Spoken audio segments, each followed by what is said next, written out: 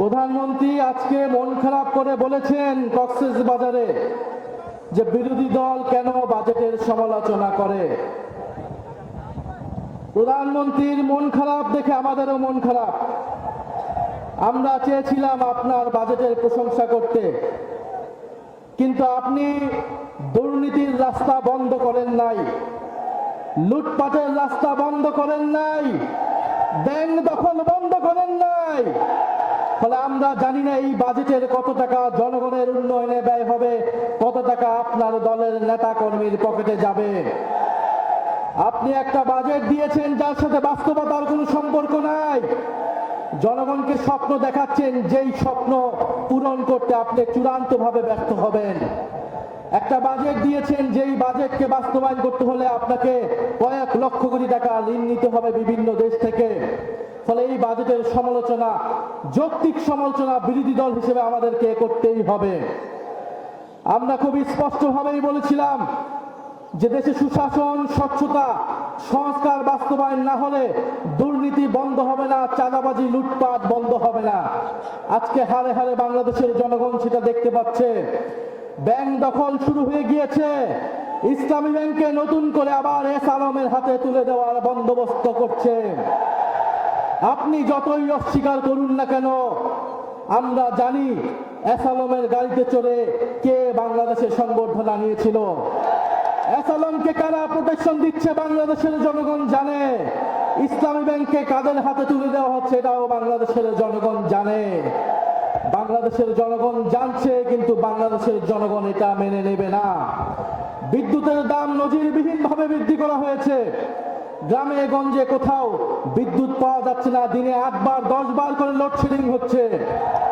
বিদ্যুতের দাম এই সরকারকে বাড়াতে হবেই, কারণ এই সরকার আওয়ামী লীগের সরকারের করা অসম চুক্তিগুলো এখনো বহাল রেখেছে। আপনি আদানির চুক্তি আপনাকে বাতিল করতেই হবে, না হলে আপনি বিদ্যুতের দাম কোনোদিনই বাংলাদেশে কমাতে পারবেন না।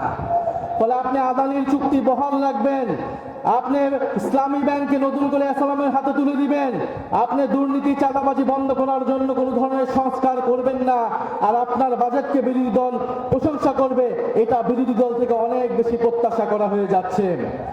ফলে সরকারের কাছে আমরা বলবো যে বাজেট দিয়েছেন, এই বাজেট বাংলাদেশের জনগণের কোনো ধরনের অর্থনৈতিক পরিবর্তন করতে পারবে না। বাংলাদেশের উন্নয়ন করতে হলে আগে আপনাকে গণভোটের গণরায় অনুযায়ী সংস্কার করতে হবে, পুলিশ সংস্কার করতে হবে, দুদক সংস্কার করতে হবে, বিচার বিভাগ সংস্কার করতে হবে। গতকালকে এই খবর দেখলাম যেই আপনাদের চট্টগ্রামে বাংলাদেশের ক্রিকেট টিমের একজন ক্রিকেটারকে পুলিশ তুলে নিয়ে এসেছে, ডিবি তুলে এনে নির্যাতন করে এসেছে, এবং স্বরাষ্ট্রমন্ত্রী আজকে কক্সবাজার গিয়ে বক্তব্য করছে। ফলে এই যে পুলিশ সংস্কার হয়নি, জনগণের উপরে আবারও জুলুম নির্যাতন নেমে এসেছে। সরকার আবারও পুরনো স্বৈরতন্ত্রের পথে হাঁটছে। সরকার যদি স্বৈরতন্ত্রের পথে হাঁটে, জনগণকেও অভ্যুত্থানের পথে হাঁটতে হবে। ফলে সংসদকে জনগণ থেকে বিচ্ছিন্ন করে ফেলা হচ্ছে। জনসংশ্লিষ্ট ইস্যুতে বিরোধী দলকে সেখানে কথা বলতে দেওয়া হচ্ছে না। আমরা দেখেছি গত 2-1 দিন আগেই বাংলাদেশে নতুন ভারতীয় হাই কমিশনার এসেছে, এবং আমরা গতকালকে মৌলভীবাজারে সীমান্তে আবার একজন বাংলাদেশি হত্যার খবর পেয়েছি। ফলে উনি এসে যেই সুসম্পর্ক এবং বন্ধুত্বের কথা বলেছে, আমরা স্পষ্টভাবে জানিয়ে দিতে চাই, সীমান্তে কাঁটাতার এবং বন্দুক দিয়ে, নদীতে বাদ দিয়ে কোনো বন্ধুত্ব হয় না। এবং বাংলাদেশ এবং ভারতের আকাশ এক নয়, বাংলার মাটি আর ভারতের মাটিও এক নয়। সেই ফয়সালা 1947 সালেই হয়ে গিয়েছিল। 1947 সালে ফয়সালা হয়ে গেছিল বাংলা স্বাধীন সার্বভৌম হবে। 1971 সালেই ফয়সালা হয়ে গিয়েছিল। 2024 সালে পুনরায় আবার ফয়সালা হয়ে গিয়েছিল বাংলাদেশে কোনো আধিপত্যবাদী শক্তি থাকবে না, বাংলাদেশে কারোর সাথে বাংলাদেশ আপোষ করবে না।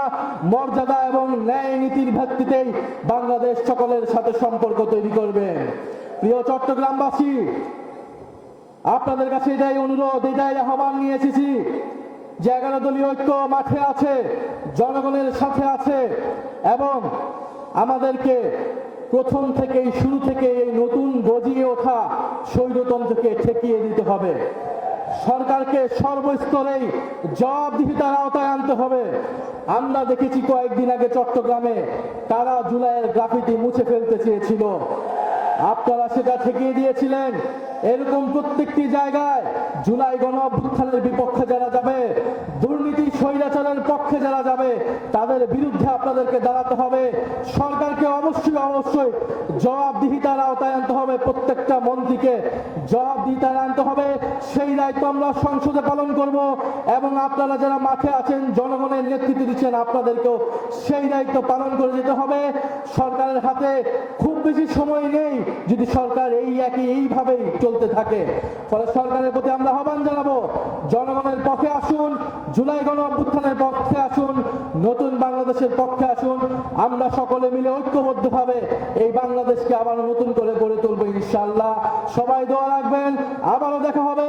লড়াই আমাদের চলমান থাকবে, সংগ্রাম আমাদের চলমান থাকবে। আসসালামু আলাইকুম রহমতুল্লাহ।